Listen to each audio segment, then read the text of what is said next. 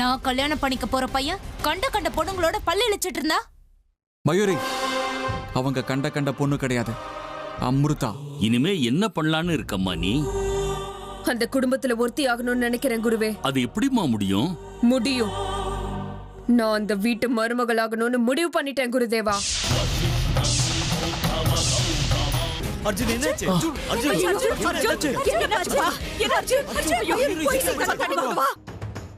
என் வாழ்க்கையோட லட்சியம் என் கண்ணு முன்னாடியே இருக்கு. என்னோட பாதை இப்போ தெளிவா இருக்கு. பரமேஸ்வரன் என் இலக்க காட்டிட்டான். ஆனா அந்த இலக்கை எப்படி அடையறதுன்னு தான் என்னோட அடுத்த கேள்வியே. அந்த கேள்விக்கும் கூடிய சீக்கிரம் நான் பதில கண்டுபிடிப்பேன். என்னுடைய இலக்க நான் அடைஞ்சே தீருவேன். அந்த குடும்பத்துல மருமகளா நான் போவேன். என் அப்பாவையும் அம்மாவையும் கொன்னவங்களோட வம்சத்தை நிர்மூலமாக்கியே தீருவேன். இது என் அப்பா அம்மா மேல சத்தியம்.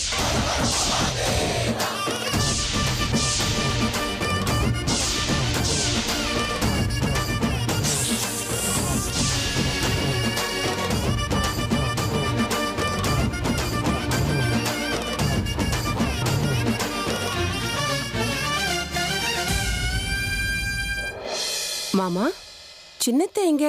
அம்மா வீட்டுக்கு போனவங்க இவ்ளோ நாளாகியும் வரல? ஆமா சித்தப்பா, சின்னம்மா இல்லாம வீடே வெறிச்சோடி போயிருக்கு பாருங்க. ஐயோ, நீ சும்மா இருப்பா விக்ரம். பொண்டாட்டி இம்சை இல்லாம ரொம்ப நிம்மதியா இருக்கேன். ஏன்பா, நான் சந்தோஷமா இருக்கிறது உங்களுக்கு பிடிக்கலையா? அவ மெதுவா தான் வரட்டுமே. மாமா, விளையாட்டெல்லாம் போதும். வீட்டுல பெரியவங்க இருந்தாதான் வீட்டுக்கு நல்லது. சீக்கிரமா சின்னத்தைய வர சொல்லுங்க. அந்த அறிவு அவளுக்கு இருக்க வேண்டாமா? பாரு, பிறந்த வீட்டுக்கு போனா போதும், புருஷன் புள்ளக்குட்டி எதுவுமே வேண்டாம். நான் மட்டும் என்னமா பண்றது? அதுவும் இல்லாம இப்ப அவளுக்கு பேட்மிண்டன் ஆடணும்னு பைத்தியம் பிடிச்சிருக்கு. அது ஏதோ பேட்மிண்டன் கிளப்ல சேர்ந்திருக்கலாமா. ஒரு மாசம் அங்கதான் கேம்பான். அதை முடிக்காம கிளம்ப மாட்டாளாம். நீயே சொல்லுமா, அவளுக்கு என்ன பேட்மிண்டன் விளையாடுற வயசா? மாமா, அதுக்கும் வயசுக்கும் என்ன சம்பந்தம் இருக்கு? ஆமா சித்தப்பா, வயசுக்கும் மனசுக்கும் எந்த சம்பந்தமும் கிடையாது. அதுலயும் இந்த மாதிரி விளையாட்டுனா ஹெல்த் நல்லா இருக்கும்ல. இப்படிப்பட்ட விஷயத்துக்கெல்லாம் நீங்க தான் என்கரேஜ் பண்ணணும். ஆமா மாமா, மனைவியோட ஆசைகளை புருஷன் ஊக்கப்படுத்தினாதான் மனைவியும் சந்தோஷமா இருப்பா. ஓ சரி சரி, என்ன விட்டுருங்க. நீங்க சொன்ன மாதிரியே செய்யறேன். அது இருக்கட்டும், எனக்கு ஒரு கப் சுட சுட காபி கிடைக்குமா சரோஜா? இதோ மாமா, கொண்டு வரேன். சித்தப்பா, பேட்மிண்டன் சொன்ன உடனே தான் நம்ம நாட்டு சிந்து எனக்கு ஞாபகத்துக்கு வராங்க. அந்த பொண்ணு ஒலிம்பிக்ல சாதிச்சதை பார்க்கும்போது எல்லார் வீட்லயும் பொண்ணுங்கன்னு இருந்தா இப்படிதான் இருக்கணும்னு தோணுது. நீ சொன்னது என்னமோ சரிதான்ப்பா. ஆனா நீ சொன்னது ராஜி காதல விழுந்து நானும் ஒலிம்பிக் போறேன் பேட்மிண்டன் விளையாடுறேன்னு சொல்லிட்டா எல்லாருக்கும் கஷ்டம். அதெல்லாம் விட்டுருப்பா. வீட்டுல இருந்தாலே பிடிக்க முடியாது, இன்னும் உலகத்தெல்லாம் சுத்திட்டு வந்துட்டான்னா கையிலே பிடிக்க முடியாது.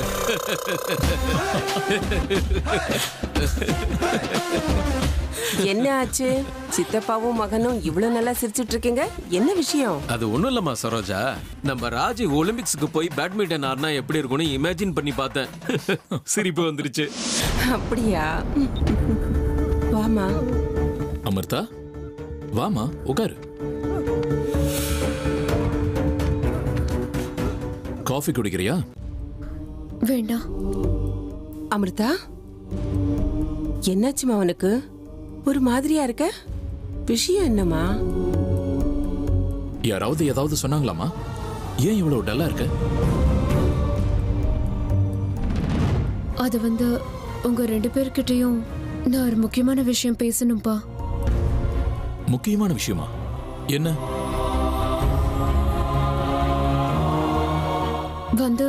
அதை எப்படி சொல்றதுன்னு எனக்கு புரியல. இத பாருமா அமிர்தா, இது உன் வீடு. யாருக்காகவோ எதுக்காகவோ நீ தயங்க வேண்டிய அவசியமே இல்ல. தைரியமா இரு. என்ன விஷயம் அமிர்தா? நான் ஒருத்தரை மனசார விரும்புறேன்.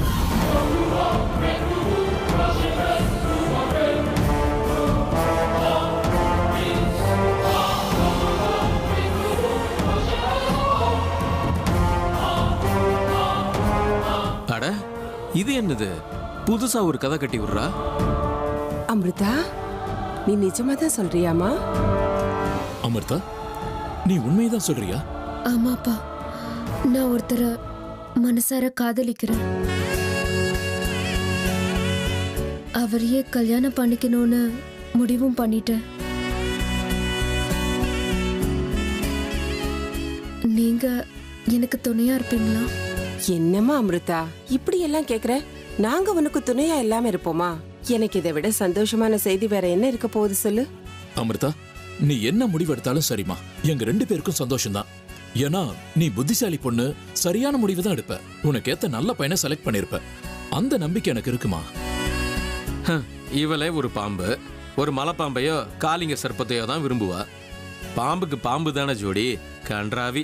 இன்னும் இந்த வீட்டுல என்னத்தெல்லாம் பார்க்க வேண்டியது இருக்கோ. ருத்ரா, ருத்ரா ஃப்ரீயா இருக்கியா? உங்ககிட்ட நான் கொஞ்சம் பேசணும்டா. சொல்லுண்ணா, ஏன் ஒரு மாதிரி பயந்து போயிருக்க? மறுபடியும் ஏதாவது பிரச்சனையா? ருத்ரா, எனக்கு என்னமோ மனசு சரியில்லை, ரொம்ப படபடப்பா இருக்குடா. எங்கேயும் ஏதோ சரியில்லைன்னு தோணுது. அப்படின்னா? ருத்ரா, நம்ம வீட்டுக்கு பாம்பால பிரச்சனை வரப்போகுதுன்னு எனக்கு தோணுதுடா. நம்ம வீட்டுக்கு பிரச்சனை வருது பாம்புகளால இல்லனா அந்த நாகராணியால.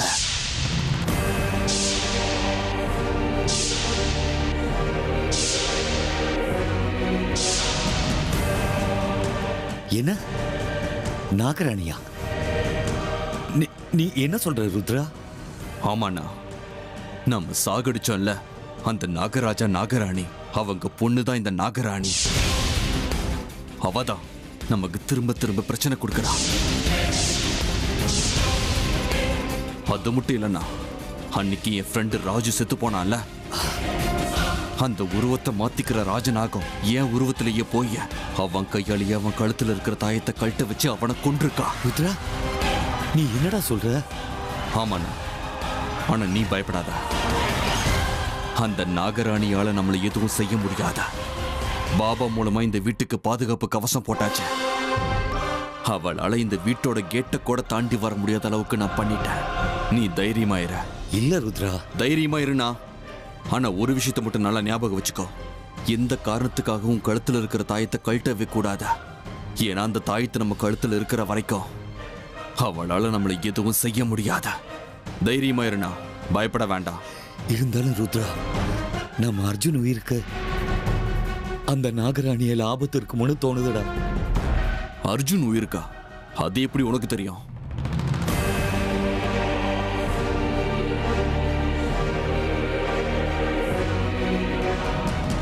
ருத்ரா, அந்த சர்ப்பத்துக்கு பண்ண பூஜை ஒழுங்கா பண்ணல போல இருக்கு.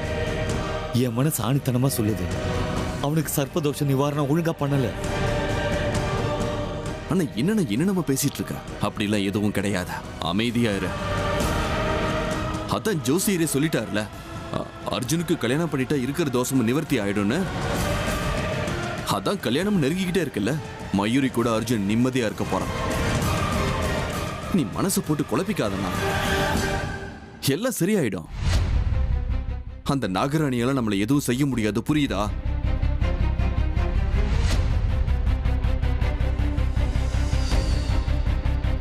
இல்ல ருத்ரா, யார் எவ்வளவு சமாதானம் பண்ணாலும் பிரச்சனை கண்டிப்பா வரும்னு தான் எனக்கு தோணுது. சர்ப்பதோஷ நிவாரணம் நடக்கலையா? அந்த தேகங்களை நெருப்பால எரிச்சதுக்கு அப்புறம் என் மனசுக்குள்ள ஏன் இவ்வளவு குழப்பம்?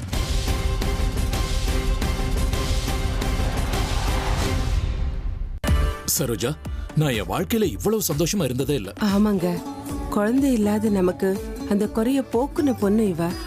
இப்போ இவளுக்கு கல்யாணம் பண்ணி கொடுக்கிற பாக்கியம் கிடைச்சிருக்கு. எல்லாம் அந்த ஈஸ்வரனோட அருள் தான்.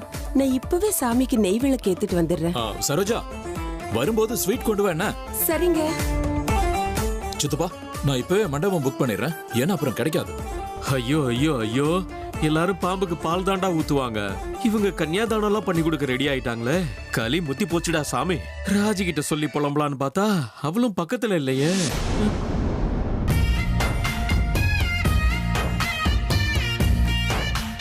ஹலோ ராஜு, நான் தான் விக்ரம் பேசுறேன். ஹைவேல ஒரு புது மண்டபம் கட்டியிருக்காங்கல்ல, அந்த மண்டபத்தை உடனே புக் பண்ணணும். ஒரு 2-3 முகூர்த்த நாள்ல புக் பண்ணுங்க. என் பொண்ணு கல்யாணப்பா. ஆமா, என் பொண்ணுக்கு கல்யாணம் பண்ண போறேன். இங்க பாருங்க, அரேஞ்ச்மெண்ட்ஸ் எல்லாம் ரொம்ப பிரமாதமா இருக்கணும். எல்லா பொறுப்பையும் உங்ககிட்ட தான் ஒப்படைக்கிறேன். என்னோட பிசினஸ் பார்ட்னர்ஸ், ஃபேமிலி, ஃப்ரெண்ட்ஸ் எல்லாரையும் உங்களுக்கு தெரியும்ல, ரொம்ப பெரிய சர்க்கிள். எல்லாரையும் அகாமடேட் பண்ற அளவுக்கு இருக்கணும். செலவு பத்தி எல்லாம் ஏன் கவலைப்படுறீங்க?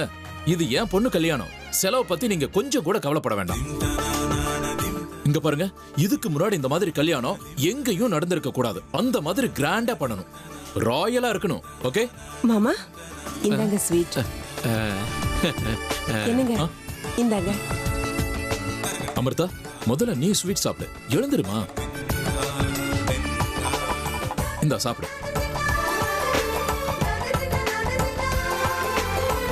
சாப்பிடுமா. விஷப்பாம்போட கல்யாணத்துக்கு ஸ்வீட் ஊட்டி விடுறாங்கடா சாமி. கல்யாணம் பண்ணிக்கிறேன்னு சொன்ன பையனை பத்தி எதுவுமே சொல்லலையாமா? ஆமா அமிர்தா, பையன் யாரு? அவன் பேர் என்ன? வேற என்ன இருக்கும்? காளிங்கம், மலைப்பாம்பு, சாரப்பாம்பு, இப்படி ஏதாவது இருக்கும். அவருடைய பேரு அர்ஜுன். அர்ஜுன், வாவ், ரொம்ப நல்ல பேருமா. யாருமா பையன்? எங்க இருக்கான்? என்ன பண்ணிட்டு இருக்கான்? ஏதோ ஒரு காட்டுல ஏதோ ஒரு புத்துக்குள்ள டான்ஸ் ஆடிக்கிட்டு இருப்பான். வேற என்ன பண்ணுவான்? அப்பா, அம்மா, அவரு உங்களுக்கும் நல்லா தெரியும். அவர் உங்க பிசினஸ் பார்ட்னர் விஷ்ணுவோட மகன் அர்ஜுன்.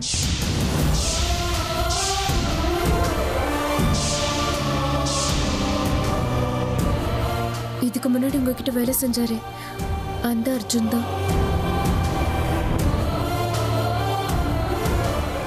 நான் மனசார விரும்புறேன்னு சொன்ன அர்ஜுன் அவர்தான்.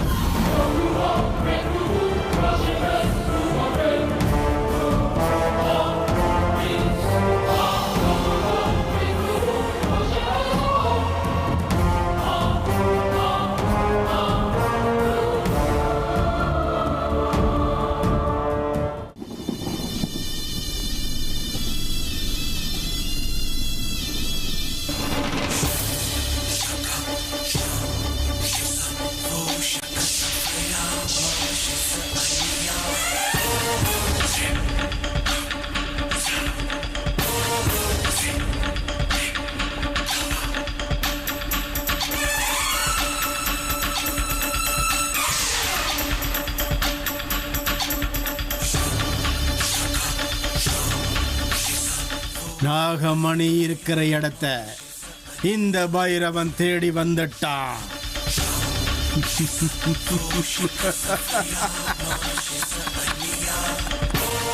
ஜெய் மகாகாளி.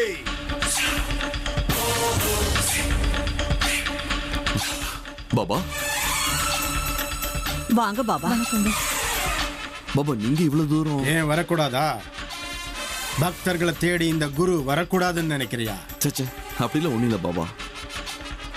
அர்ஜுன், மயூரி, ஆசீர்வாதம் வாங்கிக்கோங்க. போப்பா.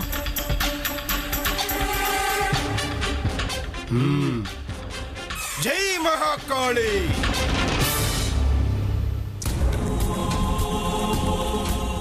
இருந்தாலும் பாபா, இவ்வளவு தூரம் வந்து நீங்க எதுக்காக கஷ்டப்படுறீங்கன்னு தான் சொல்லியிருந்தா நானே வந்திருப்பேன். உங்களுக்கெல்லாம் எந்த சிரமமும் ஏற்படக்கூடாதுன்னு தான் நான் இங்க வந்திருக்கேன் ருத்ரா.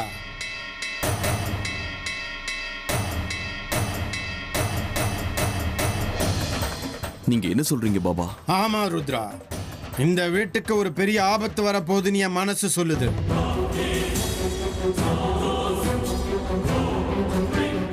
இன்னும் ஒரு சில நாட்கள்ல இந்த வீட்ல பிரச்சனைக்கு பஞ்சமே இருக்காது. அப்படின்னா இந்த வீட்ல பிரச்சனைகள் பாம்பு ரூபத்துல வந்து சுத்த போகுதுன்னு எனக்கு அறிகுறி தெரியுது. அதே மாதிரி இந்த வீட்ல பாம்போட நடமாட்டம் மேலோங்கி இருக்குங்கிற சமிக்ஞை எனக்கு நல்லாவே தெரியுது. இன்னும் சர்பதோஷ நிவாரணம் முடியலம்மா.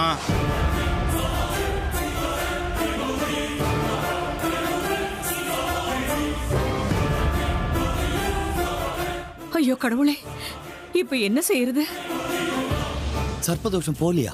பயப்பட வேண்டாம். இந்த பைரவனோட அருள் எப்பவுமே உங்களுக்கு இருக்கு. எப்பேற்பட்ட சக்தியால் உங்களை எதுவும் செய்ய முடியாது. ஜெய் மகாகாளி. பாபா, இப்ப நீங்க தான் இதுக்காக ஏதாவது பரிகாரம் சொல்லி ஆகணும். பயப்பட வேண்டாம் ருத்ரா.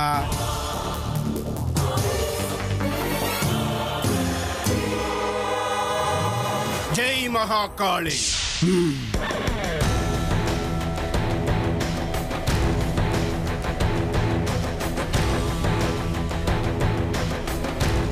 வாங்கிக்கோ.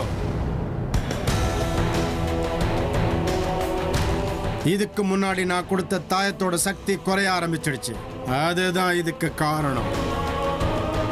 இப்ப இந்த தாயத்தை நீயும் விஷ்ணுவும் கழுத்துல மாட்டிக்கங்க. இனி எந்த பாம்பு உங்களை நெருங்கவே முடியாது. சரிங்க பாபா.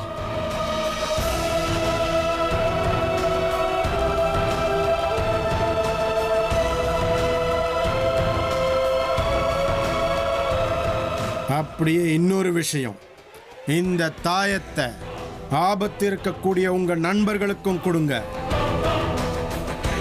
அவங்களையும் எந்த பாம்பு நெருங்காத அளவுக்கு இந்த தாயத்தை காப்பாத்து.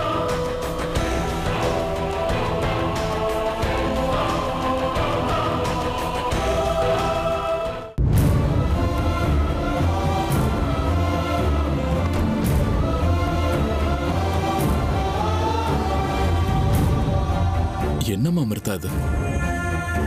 இனிப்பான செய்தியை சொன்ன, கூடவே கசப்பான செய்தியும் சேர்த்து சொல்றியம்மா. அது கசப்பான நியூஸ் இல்லப்பா, பாய்சன் நியூஸ். ஏன்னா இவ உடம்பு பூரா வெறும் பாய்சன் தான், ஃபுல்லா விஷம் தான். அனுபவிங்க. அது இல்லையம்மா அமிர்தா, அர்ஜுனுக்கு தான் ஏற்கனவே நிச்சயதார்த்தம் ஆயிடுச்சே. நிச்சயமான ஒரு பையனை காதலிக்கிறேன்னு சொல்றியேம்மா. அவருக்கு நிச்சயதார்த்தம் ஆறதுக்கு முன்னாடியே நான் அவரை காதலிச்சுக்கிட்டு இருந்தேம்மா. அப்படின்னா முன்னாடியே இந்த விஷயத்தை நீ ஏமா என்கிட்ட சொல்லல? நீ அப்பவே சொல்லியிருந்தா நானே விஷ்ணு சார் கிட்ட பேசி உனக்கு கல்யாணம் பண்ணி வச்சிருப்பேனேமா. ஏமா இப்படி பண்ண? இப்போ அவருக்கு நிச்சயதார்த்தம் கூட முடிஞ்சு போச்சே. நிச்சயதார்த்தம் மட்டும் தானே நடந்திருக்கு, கல்யாணம் நடக்கலையே. என்னம்மா அமிர்தா, நீ இவ்வளவு சுலபமா சொல்லிட்ட? நிச்சயதார்த்தம் மட்டும்தான் நடந்திருக்குன்னு? விஷ்ணு சார் ரொம்ப பெரிய பிசினஸ்மேன், சமுதாயத்துக்கும் மான மரியாதைக்கும் மதிப்பு கொடுக்கிறவர். அப்படி இருக்கும்போது நடந்த நிச்சயதார்த்தத்தை கேன்சல் பண்ணி என் பொண்ணுக்கும் உங்க பையனுக்கும் கல்யாணம் பண்ணுவீங்கன்னு சொன்னா அது எப்படிமா நியாயமாகும் சொல்லு? அதெல்லாம் எனக்கு தெரியாதுப்பா. நான் அர்ஜுன மனசார காதலிக்கிறேன். என்னம்மா அமிர்தா, எங்களை இப்படி தர்ம சங்கடத்துல மாட்டி விட்டுட்டியே. இதுக்கு மேல என்ன செய்யணும்னு நீயே சொல்லிடு. சத்தியமா எனக்கு என்ன பண்றதுனே புரியல. இந்த ஒரு பாம்பு இல்ல, தக்ஷக வனத்துல இருக்கிற எல்லா பாம்பையும் வீட்டுக்குள்ள விடுங்க, நல்ல ஐடியா கிடைக்கும். எல்லாம் என் தலை எழுத்து. எனக்கு தெரியலப்பா, நான் பெரிய தப்பு பண்ணிட்டேன்னு நினைக்கிறேன். அர்ஜுன காதலிச்சதே பெரிய தப்புன்னு தோணுது. அவர் இந்த வீட்டுல இருந்தப்போ நான் அவர் அடியோட வெறுத்த, தாய்க்கு வந்தபடி திட்டின, அடிச்ச,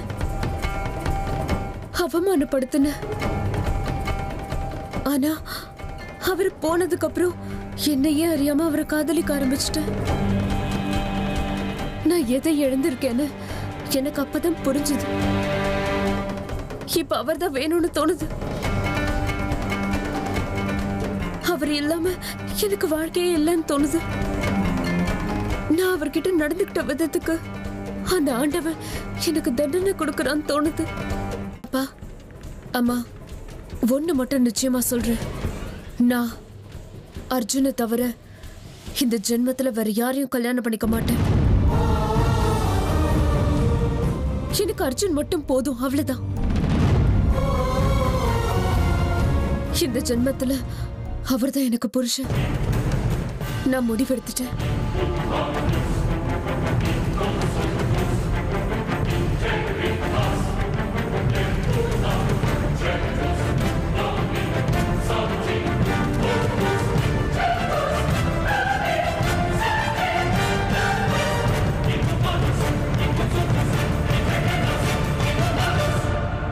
என்னங்க என்னங்க இந்த பொண்ணு இப்படி சொல்லிட்டு போறா? இப்ப என்ன செய்யறது? சத்தியமா எனக்கு என்ன பண்றதுனே புரியல சரோஜா.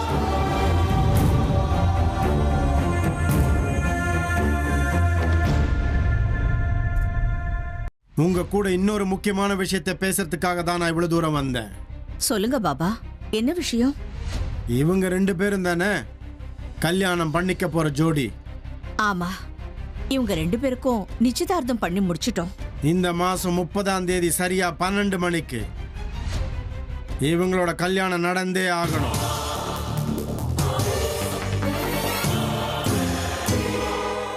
இல்லனா இந்த பையனோட உயிருக்கு பெரிய ஆபத்து இருக்கு.